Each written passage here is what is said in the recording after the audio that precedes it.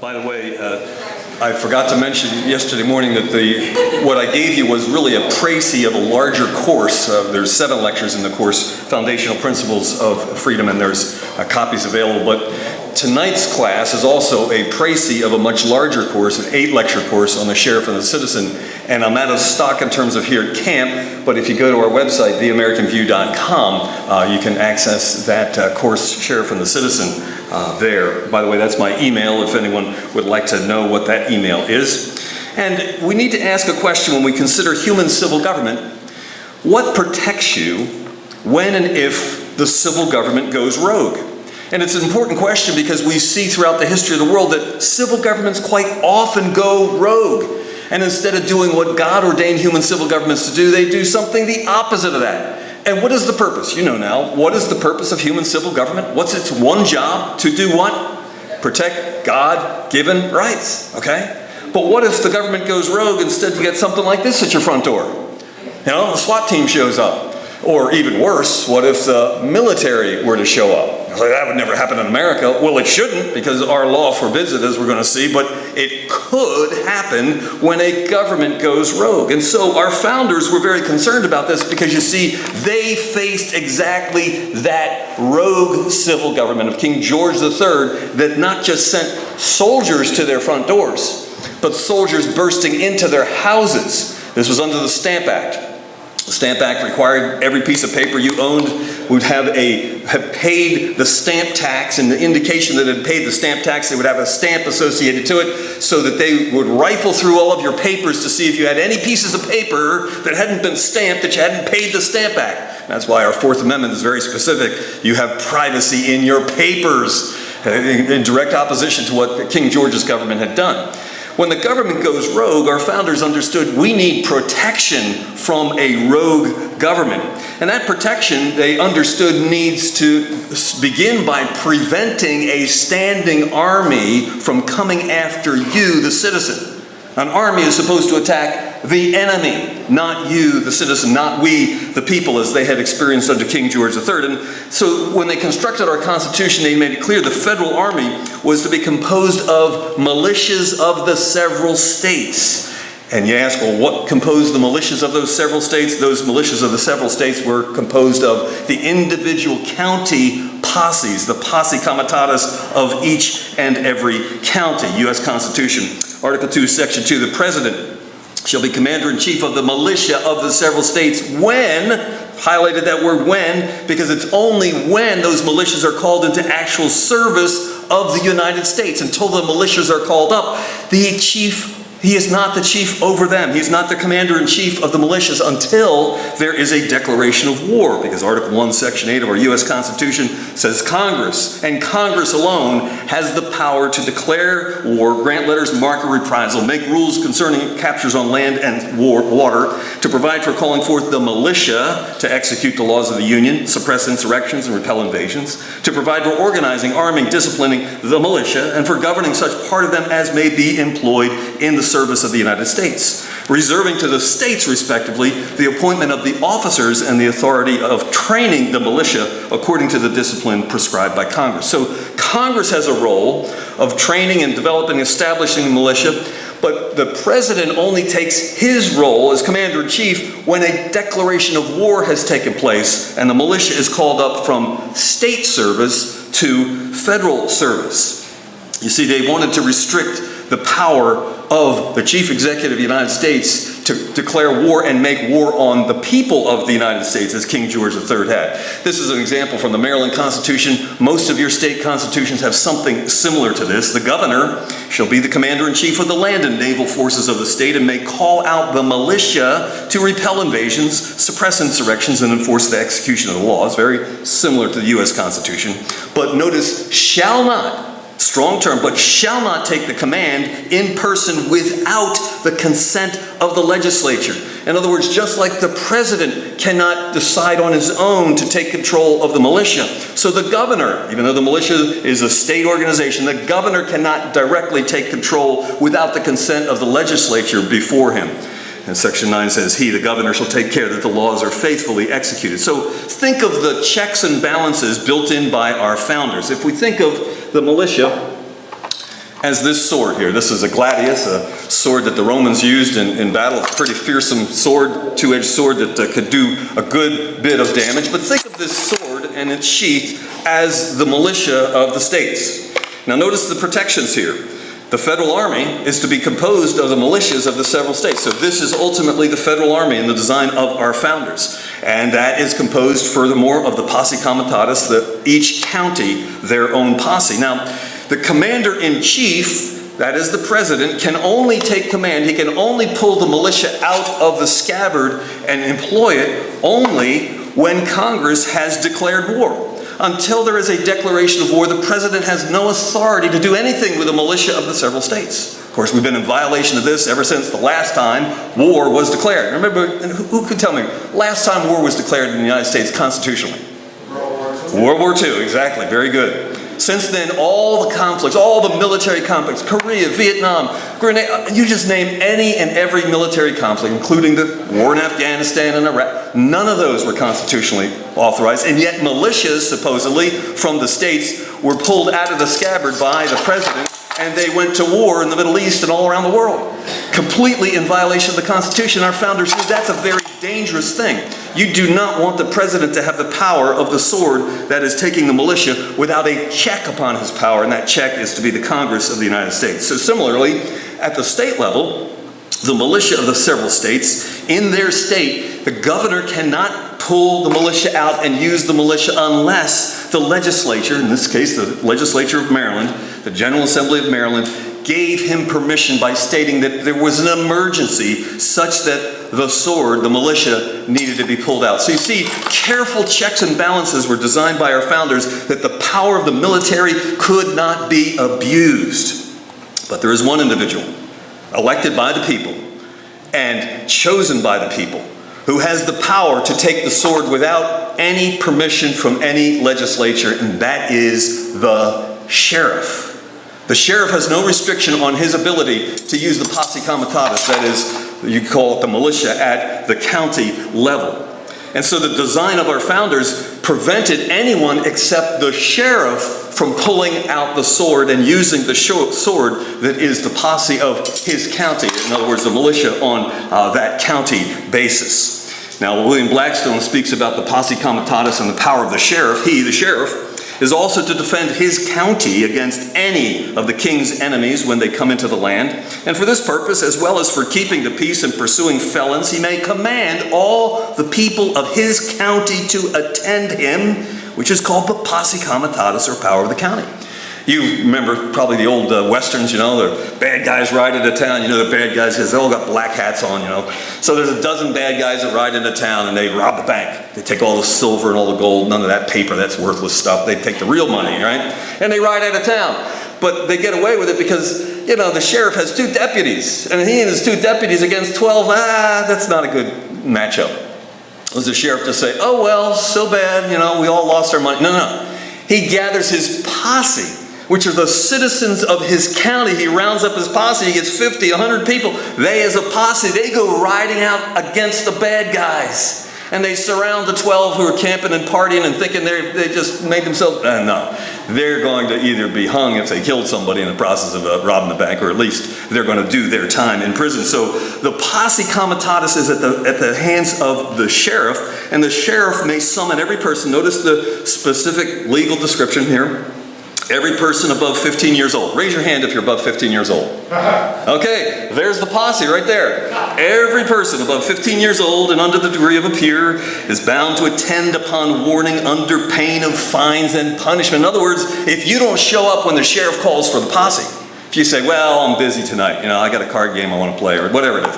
If you just say, I'm not showing up for the sheriff's posse, he can imprison you.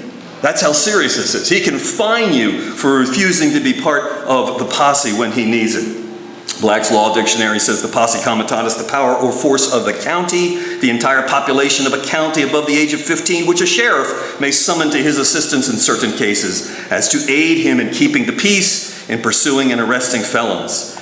And this power of the sheriff relates to the militia. In a sense, you might say the posse is at the county level what the militia at the state level is. The state level is to be under the governorship of the governor of the state and the state legislature, but the posse is under the power of the sheriff. The militia is a body of citizens in the state enrolled for discipline as a military force, but not engaged in actual service except in emergencies. Those emergencies decided either by the state legislature or by Congress if there's a declaration of war. And that's distinguished from regular troops or a standing army. Our founders were wise, and they knew that standing armies were dangerous to our liberties, and that's why they built that structure to prevent anyone from grabbing the power of the posse except the sheriff. And that's why the most important person you are going to elect in any election is your sheriff.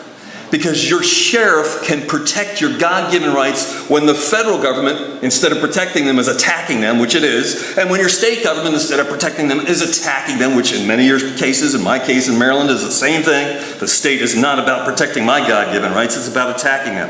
And so the person you elect as sheriff is extremely important because it's your opportunity to select somebody who's the conservator of the peace. That's where we get the word cop. Cop is C-O-P, conservator of the peace. His job is to see that the peace of his county is preserved. He is to protect the citizens, and he is to be a guardian of the Constitution. That is, when someone comes along with an unconstitutional edict from the state government or from the federal government, the job of the sheriff to say, sorry, not in my county. You might do that in the next county. You're not doing that here in my county. So, for example, in our state, we had illegal actions on the part of the governor declaring face diapers. You know, in public, you had to wear face diapers. On public property, you had to wear face diapers. Well, one poor citizen friend of ours, Mr. Swain, went to vote in the November election a couple years back now, or it'd be 2 years back now, and he would not wear a face mask. He said, I don't need it. I'm healthy. I don't care what you people think. I don't need it. And he was arrested by a sheriff's deputy for not wearing a face mask. And he was prevented, they held him for 6 hours, and he was prevented from voting that day. He was deprived of his voting rights because the sheriff didn't know his job, and he thought his job was to obey the governor instead of to obey the Constitution. Such a sheriff needs to be fired by the people. So we need to know the standard of the Constitution so we know how to measure the job of the sheriff to see if he really should remain the sheriff. Now, the biblical definition, there is, by the way, a biblical definition of the job of the elected sheriff, and we find it in Romans chapter 13. Notice verse 1. This is one of the most misinterpreted passages of Scripture. Read it carefully with me. Let's read it out loud together. Let every soul be subject to the governing authorities. Pause. Let's stop right there. How many souls? Every soul. Is there an exception clause in there? No. Oh, so if you get elected, you're still under every soul? If you become president of the United States, that includes you, every soul? So you see, people falsely interpret this passage to say that those governing authorities are people like the governor or people like the sheriff or people like the president, that if you get elected, you're suddenly a governing authority. That's a false interpretation of this passage because look at what it says. How many souls? Every soul is to be subject to what? The governing authorities. So the governing authorities cannot be the elected officials. The governing authority is and the authority of God's word and God's laws. That's why it's plural. The governing authorities are God's laws. They're not individuals who are elected to office or appointed to office. It is God's law that is to be obeyed by everybody, including the person that's elected.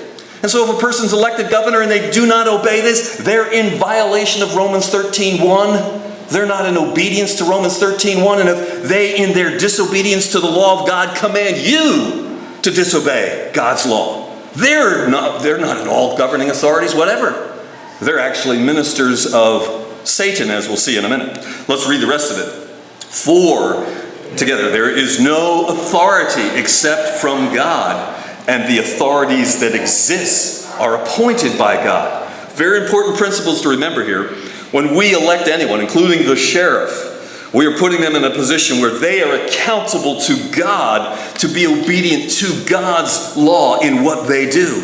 And they have no authority to command you to do something contrary to the law of God. It says right there, there is no authority except from God. They have no authority except from God. And when they command you to do something in violation of God's law, God's word, they have stepped out of that position and they're no longer in a role to command you to obey. It goes on in verse 3. We'll skip verse 2 for the sake of time. Here's the job description. For rulers are not a terror to good works, but to the evil. If you have a proper sheriff, he's going to be a terror to the bad guys. It's not going to be a terror to you if you do good. Wilt thou then not be afraid of the power? Do that which is good, and thou shalt have praise from the same. So he should be praising those who do good, punishing those who do evil. And for he is the minister of God. Notice this phrase. He is the minister of God for thee for good. But if thou do that which is evil, be afraid, for he beareth not the sword in vain. For he is the minister of God, a revenger to execute wrath upon him that doeth evil. Well, this implies the death penalty quite clearly in God's word. So there, in short, very briefly, is the job description of the sheriff. By the way, the two-volume books that are the expertise on what the job of the sheriff is, the history of the sheriff, is Walter H. Anderson's book, a treatise on the law, sheriffs, coroners, and constables.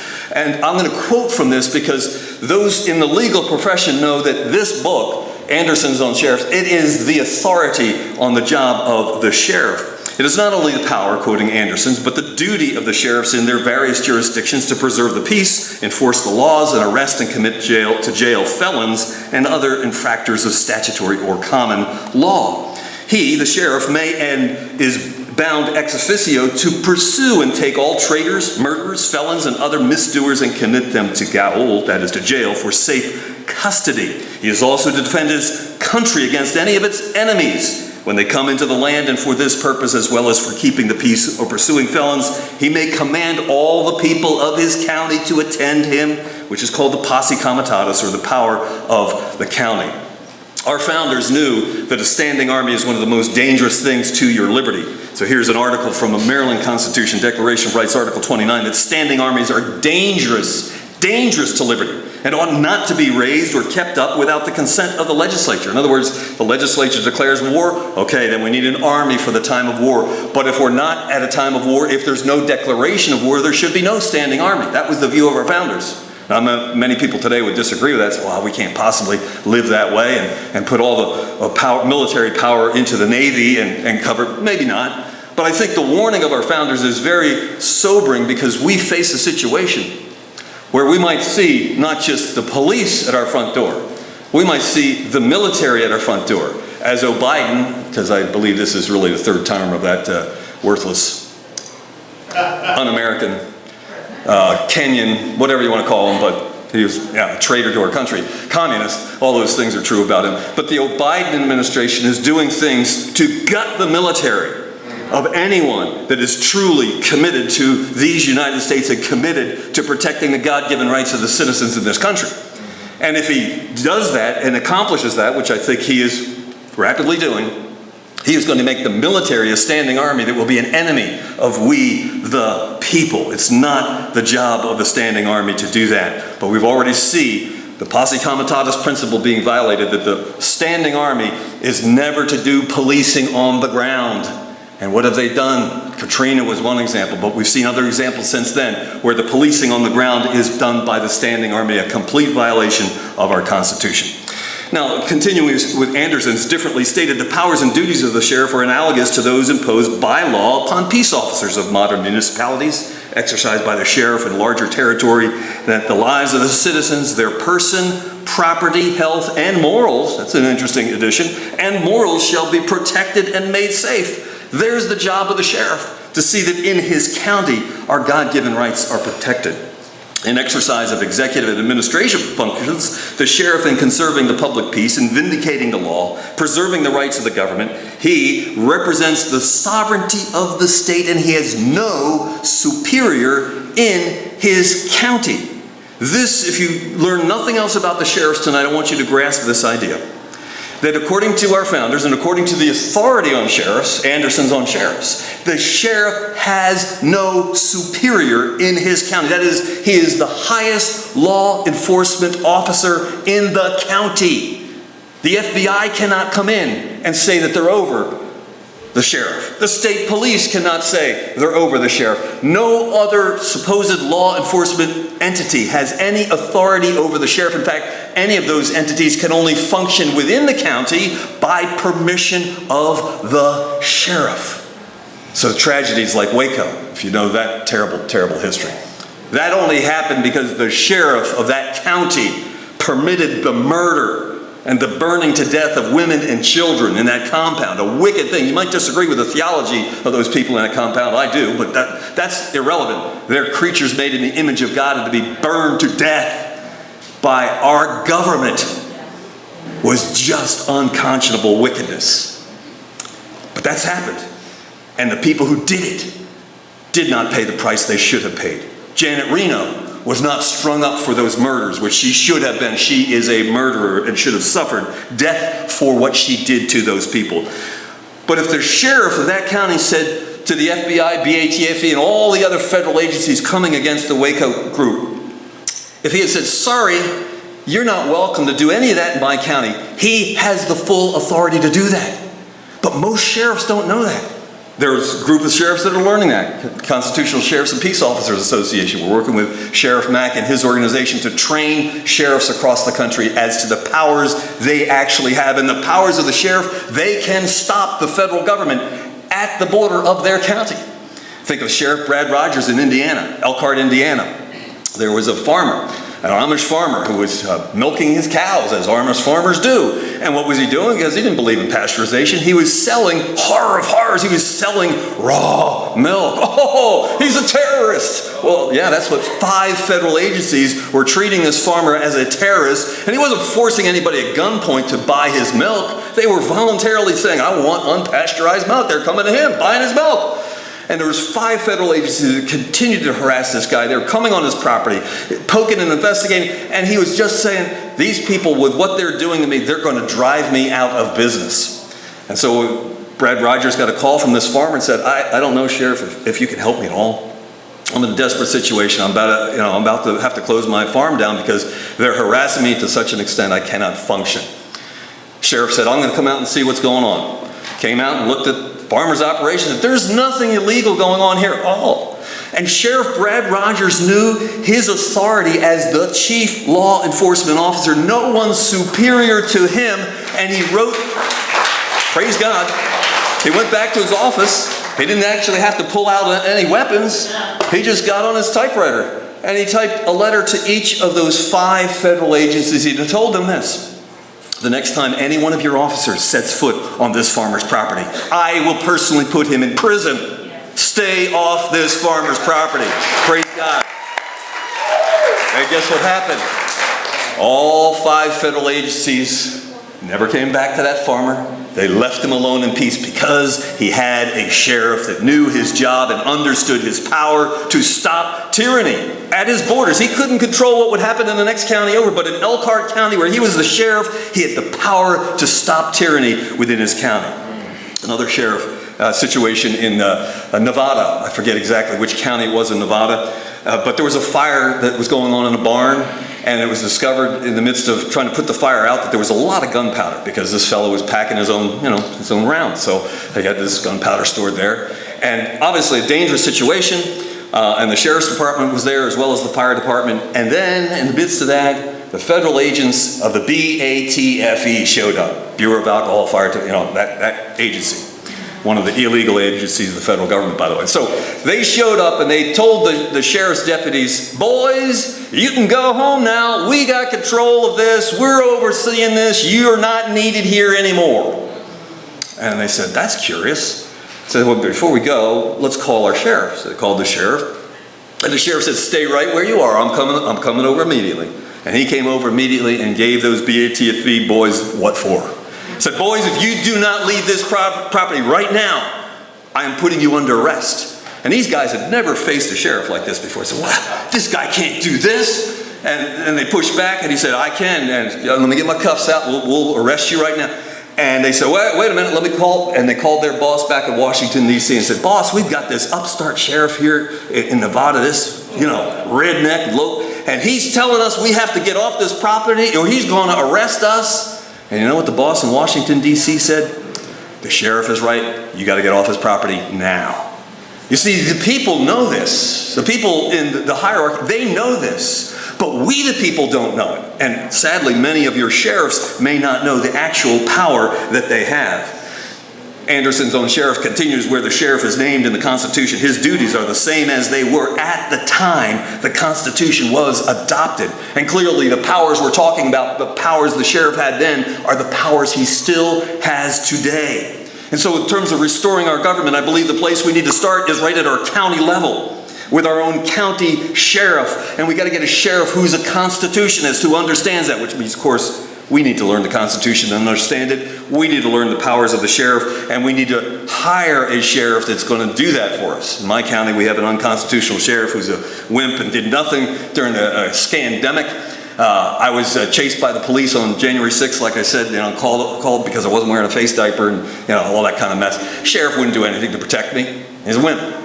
But a friend of mine, Joe Delameter, is running for sheriff. Today's the primary, so I'm excited to hear. Probably won't know the results tonight, but maybe in a couple of days know whether he won his primary and will be on the ballot in November.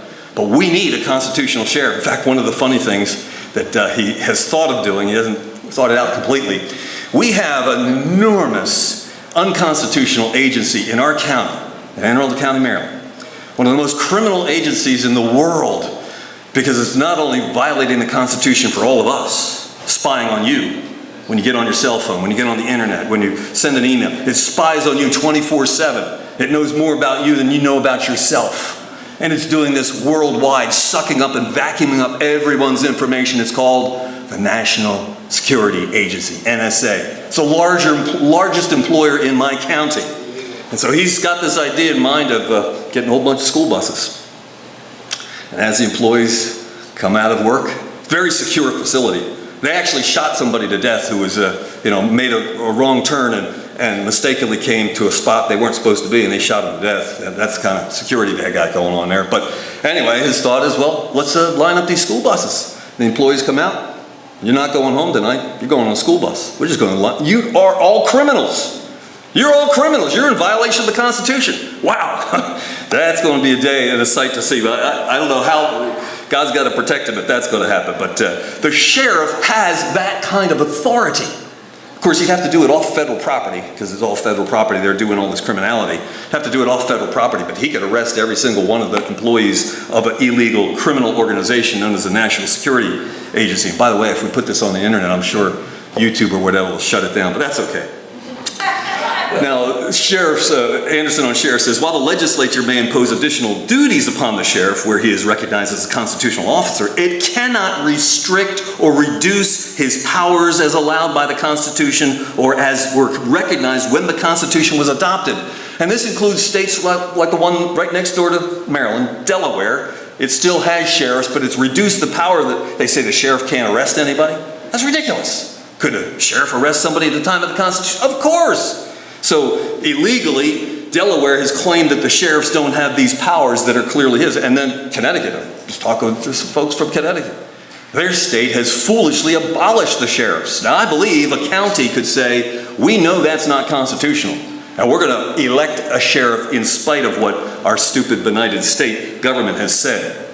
The sheriff, we need to remember, is the chief law enforcement officer in the county, and that is exactly according to common law, which is the basis of our American system of law. His jurisdiction is coextensive within the county, including all municipalities. So if there's an incorporated city within the county, his authority includes that municipality as well as township. So he has the entire county under his jurisdiction. And where the state constitution provides for the election of that officer without prescribing in express conditions the duties which shall attach to the officer, it is presumed that the duties are those attaching to the office of common law. So you might want to look at your state constitution, because even the deep blue state like Maryland has a whole section, a whole article of our Constitution dedicated to the sheriff. Talks about the sheriff, how he's elected and so forth, and it doesn't say anything about his duties, which means this applies. What was at the time of the Constitution, the duties of the sheriff are still the duties of the sheriff in Maryland, although at this point in time, until our friend gets elected, there is not one sheriff in Maryland's 23 jurisdictions that is doing his duty. Now, in the case that my friend Richard Mack took before the United States Supreme Court, Prins and Mack v. U.S., This case speaks, and so this is further testimony in addition to Anderson's on sheriffs. This case speaks of the sheriff as the CLEO, Chief Law Enforcement Officer. In other words, the Supreme Court has affirmed what I've been sharing with you from Anderson's on sheriff, that this is true. The Chief Law Enforcement Officer, the highest authority in the county, is the sheriff. He represents the sovereignty of the state. He has no superior in his county. Let's read that last sentence together. Represents, out loud, represents the sovereignty of the state, and he has no superior in his county. That's what we need to understand. Well, you could become a deputy sheriff anytime the sheriff chooses to deputize you or anyone else. The appointment of the deputy sheriff need not be in writing unless required by statute or constitutional provision in that state, where however there's delivered to the deputy a badge representing the power of the office, such as constitutes a general appointment. The power of appointment rests generally with the sheriff. And so my friend who's running for sheriff, if he becomes elected, he's going to deputize anyone who will meet the qualifications of they have the American view, they have studied the U.S. Constitution, they have studied the Maryland Constitution, they know those documents cold, and they can shoot straight, you know. He's going to deputize them. So I expect I'd be deputized, which means I'll be carrying 24/7 in spite of all the rules in Maryland that say I can't carry 24/7. A sheriff can do that. Yes. The sheriff has the power of appointment, and such power in common law generally is exercised under the supervision of county commissioners or a local judge, but it doesn't have to be. The sheriff can deputize anyone he chooses. What is the foundation of all of this? All of this is based on God's law, the sixth commandment, thou shalt not murder. And the sixth commandment, you see, is not just negative, it implies a positive duty that we have, the duty to defend life. As the Proverbs say, Proverbs 24, if thou forbear to deliver them that are drawn unto death, and those that are ready to be slain, if thou sayest, behold, we knew it not, doth not he that pondereth the heart consider it? And he that keepeth thy soul, doth not he know it? And shall not he render unto every man according to his works? In other words, we have a duty to protect life and defend life, and we refuse to do that duty, then God is going to judge us for that failure. You see, every man, the head of every household, has this responsibility. But if any provide not for his own, and especially for those of his own house, he is denied the faith and is worse than an infidel. Which means a father or a husband, the head of the family, has a duty to defend the life of those in his family, in his household, which includes being armed by whatever means to defend his family. And you see, Jesus actually told his disciples this. This is when they were in the upper room, Last Supper, when he instituted communion and taught them many, many things. He taught them also this before they went out the door to the Garden of Gethsemane where he was going to be betrayed. And he said unto them, but now, he said, when I sent you out on the first mission, I didn't allow you to take a number of different things for purpose, for reason. But now, he said unto them, he that hath a purse, let him take it, and likewise scrip, that is money. And he that hath no sword, let him sell his garment and buy one. Well, that's an interesting expression, because the garment he was talking about was the himation, which is the outer coat that you would wear in cold weather. And it was such an expensive garment, the average person only owned one of these. It's probably your most expensive garment as an Israelite in that day. And it was important not only for cold weather, but it was your blanket at night. It was so important that it could not be taken as a pledge. If you bought something, you said, I'll pay you back and here's my garment for pledge. Well, if you took the garment as a pledge, you had to return it every night. So the guy would have a blanket to sleep under, right? So this was a very important garment. And Jesus said, hey, if you don't own a sword, you need to sell your most expensive garment and go buy one. Well, was Jesus actually invoking a revolution on the part of his disciples? No. Jesus wasn't calling for a revolution. He was not calling for the overthrow of the Roman Empire, but he was calling for personal protection that his disciples would have. And this is a serious weapon. And this is the sword that Jesus was advocating they buy. And by the way, curiously enough, this sword was a military-grade weapon. This is what the soldiers used in battle. And this military-grade weapon, Rome had outlawed the Jews to own it. You see, the Jews were a subjected people, not totally slaves, but definitely serfs under the king, under the emperor, Roman emperor. And they didn't want any problems with their subjects. And so what did? They disarmed them. Like every tyrant, look at when any tyrant is talking about taking your guns away, they want to disarm you, because before they enslave you, they must disarm you. Right. And so the Romans had said, no Jews can own the sword. It's illegal to own the sword. Which means what? Jesus told them to go buy it. Well, where are they going to buy the sword? They're going to go out to the sword store and buy it? You know, the government sword store and get one? No. They would have to go to the black market, right? Jesus was advocating getting this is so important, you ought to get it by whatever means. Even if the government says you can't have it, that doesn't matter. I'm above the government. I am your Lord. I am your master. I am telling you, you need to go buy a sword. So if we translate that to today, every Christian, especially every head of every household, should be armed and trained. And, you know, shooting out there on the range like this afternoon, should be trained because they are required by God to protect the life of those entrusted to them. So if anyone comes into my house to attack me and my family, I am to defend their lives, even with deadly force, if faced with deadly force from those who might come in and attack us. And all of our founders understood this very clearly. Samuel Adams said the Constitution shall never, look at that word, never be construed to prevent the people of the United States who are peaceable citizens from keeping their own arms. And yet we have that fake O'Biden stand up there and say, no, the Second Amendment has no absolute. There's no absolutes in any of the Bill of Rights. We can steal your guns anytime we want, is what he's communicating to us, and what they plan to do if we don't stop it. And you may have a difficult time getting a governor elected that would stop it. Not that we should fight for that. But you better have a sheriff that's going to protect you. That's the first level of protection. Obviously, we want to work for a governor to protect us. We want to work for a president that would protect us as well. Noah Webster, one of the founders, said this that's very important to understand. Before a standing army, notice the danger of a standing army our founders understood. Before a standing army or a tyrannical government can rule the people must be disarmed, as they are in almost every kingdom in Europe. The supreme power in America cannot enforce unjust laws by the sword, because the whole body of the people are armed and constitute a force superior to any band of regular or professional troops that can be on any pretense raised in the United States. That's what it should be today.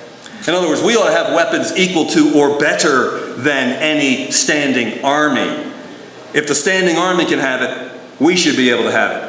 Or we should say, no, the standing army can't have that, and they can't have that, and they can't have that, because you're saying we can't have it. We, the people who give the standing army its existence. But a tyrant knows what Noah Webster's saying here. They must disarm the people first before they can rule you as slaves. The militia in Webster's 1828 says the body of soldiers in a state enrolled for discipline but not engaged in actual service except in emergencies, as distinguished from regular troops whose sole occupation is war or military service. The militia of a country are the able-bodied men organized into companies, regiments, brigades, with officers of all grades and required by law to attend military exercises on certain days only. And throughout America today, the militia is denigrated. Yet it's a part of our Constitution in 5 separate places. And in fact, the Second Amendment says the militia is necessary. If you're going to have freedom, if you're going to preserve your liberty, the militia is necessary, which is exactly why the wicked tyrants that want to enslave us have denigrated the militia. And you mention the word militia, and most people get, no. Wait a minute. It's necessary for our liberty. It's mentioned 5 times in the U.S. Constitution. It's essential. It's part of the government. And when the government is violating the Constitution regarding the militia, you better believe they're going to violate the rest of your God-given rights as well, ultimately. Now, people say, well, there is a militia. It's called the National Guard. Oh, no. No, it's not. I'm using Maryland as an example.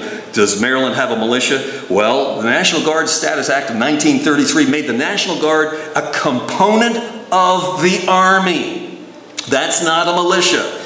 And furthermore, a 1933 legislative act amended the National Defense Act of 1916, provided that those who enlisted in the state National Guard unit simultaneously enlisted in the National Guard of the United States and thereby became deployable assets of the U.S. Army. I noticed in my state, our state militia is repeatedly going overseas, Afghanistan, Iraq. They're going all over. They're not in Maryland. They're all around the world fighting these unconstitutional wars that are going on. It's not a militia. The total force policy of 1973 of the federal government requires all active and reserve military organizations be treated as a single integrated force. And that, of course, includes the militia. There's the website if you're interested. By our founders' definition, the current National Guard is in no way the militia referred to by our state and federal constitutions. So some people say, well, Maryland, you got this thing called a defense force, and some of your states might have something similar to that. The Maryland Defense Force is a volunteer, uninformed state military agency, and one of the four components of the Maryland Military Department. Here's its primary mission: provide the component and supplemental professional, technical, and military support to the Maryland Army National Guard, the Maryland Air National Guard, and the Maryland Emergency Management Agency. It's a support arm for the National Guard, which we know the National Guard is not the militia, so how could this group be the militia? They are not the militia. And our founders warned us that standing armies are dangerous to our liberties. In the Declaration of Independence, they said, King George has kept among us in times of peace standing armies without the consent of our legislatures. And my friends, that's what we have in these United States today. There's NORTHCOM that supposedly oversees the whole northern continent, including not only the United States, but Canada. A military unit that says their issue and their standing is focused on the United States and Canada. Why is that? Why do we have a standing army on our soil when it's direct contradiction to everything in our founding documents? As we've already seen in Maryland's Article 29, that standing armies are dangerous to liberty, ought not to be raised and kept up without the consent of the legislature. And raising and supporting armies is a congressional power, and that no appropriation of money is to be used for longer than 2 years. So the design was when they declare war, that war is going to be voted on within a 2-year period of time. And in a sense, it's going to be voted on by the people. You know, we've got such an election happening this November. This November, everybody that's in the House of Representatives is standing for election. And if the House of Representatives voted to declare war, and you think it was a bad idea, you could fire your representative. And enough of those representatives are fired, the war is canceled. The war is over. You see, we need to remember what happened in World War II. Martin Niemöller was a pastor in Germany. And as a pastor in Germany, he made this comment. He was prominent, and he was actually an outspoken critic of Adolf Hitler. Ultimately, because of that, he spent several years in the Nazi concentration camp. It's perhaps most often remembered for the following quotation. First, they came for the socialist. I did not speak out because I was not a socialist. Then they came for the trade unionists, and I did not speak out because I was not a trade unionist. And then they came for the Jews, and I did not speak out because I was not a Jew. Then they came for me. And there was no one left to speak for me. If we don't stand up and fight for our liberties and the liberties of our neighbors, the liberties of our friend, the liberties of those in our county and in our state, ultimately we will lose, and all those around us will lose their liberty. We've been working with Sheriff Richard Mack for a number of years. You can see how much younger I was back then, but Sheriff Richard Mack says this: the county sheriff is the last line of defense when it comes to upholding and defending the Constitution. And he's absolutely right. And so I encourage you to study on the sheriff and understand what it is, and talk to those who are running for sheriff. Ask them pointed questions, like the most pointed and important question is, what's the purpose of government? And what should be his answer? What's the purpose of government? To protect our God-given rights, right? And if he doesn't answer to protect our God-given rights, you need to look for a different sheriff or retrain that sheriff. So we invite you to our website. By the way, that email, that latter part of the email is also our church website, cefcmd.org. The sermons I preach often talk about issues of political import, the law of God related to the law of the land. So there's, 15 or more years of sermons there available to you. But educate yourself on the truth that is in God's Word about law and government. Educate yourself on our founding documents, because that's what's essential to elect those who are going to protect our God-given rights. And if we don't do so, my friends, we're going to lose those God-given rights. Do I have a moment or two? Take questions or comments. Yes, sir. Besides the Lord Jesus or God, who is in charge of the sheriff in his county? The people. The sheriff is accountable to the people. And if the sheriff does a terrible job, the people should fire him. And in some states you have a recall, that somebody could recall, somebody that's been elected could be recalled, but not every state has that as part of their constitutional structure. But the people ultimately, the sheriff is accountable to God, yes, but that accountability may not be complete until Judgment Day for him. But before Judgment Day, we the people are to hold our sheriff accountable. That's why the police forces that are not under the sheriff are bad. Because by definition, they're not accountable to the people. I can't fire the chief of police in my county because he's appointed by the county executive. I can hire and fire the county executive, but not, we're supposed to directly hire or fire the head of the law enforcement, and that's the sheriff. Yep, good question. Yes, sir. You gave a couple of nice examples of the sheriffs exercising authority. Are you aware of any recent cases of actually calling out posse? Well, there is not immediately, but a few years back, Sheriff Joe Arpaio had developed the largest posse that we know of in modern history. A posse of over 6,000. He didn't tell us how many, but it was well beyond 6,000 citizens. In fact, and his posse specialized in various areas. Part of his posse was the cold case posse that looked at Obama's fake birth certificate and said, that's a fake, that's obviously a fake. And they attacked Sheriff Arpaio as soon as he came out with a press conference and said, my posse has studied this, they determined this is a fake thing, and from that point forward, they began to take him down. And in fact, it was the Republican Party that took down Sheriff Joe Arpaio. But he was a great hero. I met him. He was given an award at the Sheriff's Citizens CSPOA, and great hero. I know he may think of running again, but he's in his 80s. But he had a posse that was functioning very well. And I believe he wrote a book on how he structured that posse, that any sheriff who is interested should take that up and say, hey, I need to develop that in my county. Yeah, good. Yes, yes, ma'am. What is your thoughts on women leaving the militia? I think they can be, but it's not their primary responsibility. It's the primary responsibility of the men in the community, the fathers, the husbands. I don't think they're restricted from being part of it, but I don't think it is their primary responsibility. I think it is, in God's word, the primary responsibility of the men. But I think a woman ought to learn how to pack, heat, ought to be able to shoot straight. And I have a friend who, I believe it was his cousin, was a good shooter. And one night she heard somebody breaking in downstairs. And so she got her shotgun out and she cocked it. And that makes a very distinct sound, right? And she happened to have a blank. And so she fired off the blank, makes a loud noise, a shotgun in the house. So she heard this great commotion going on downstairs, and she called the police, and the person was gone. And as they came and investigated, they saw something really strange. The door frame was bloodied on one side. There was a streak of blood going down the whole side of the door frame, where he evidently missed the door on his way out. He ultimately got out, but he was so scared of that one blank that went off that, and so he said that she's in her 70s now, I think he said, and she's never needed to use the gun since then. But she needed it that one night, and she had it and she knew what to do, and I don't know whether shooting a blank was the best idea or not, but it worked. Yeah, amen.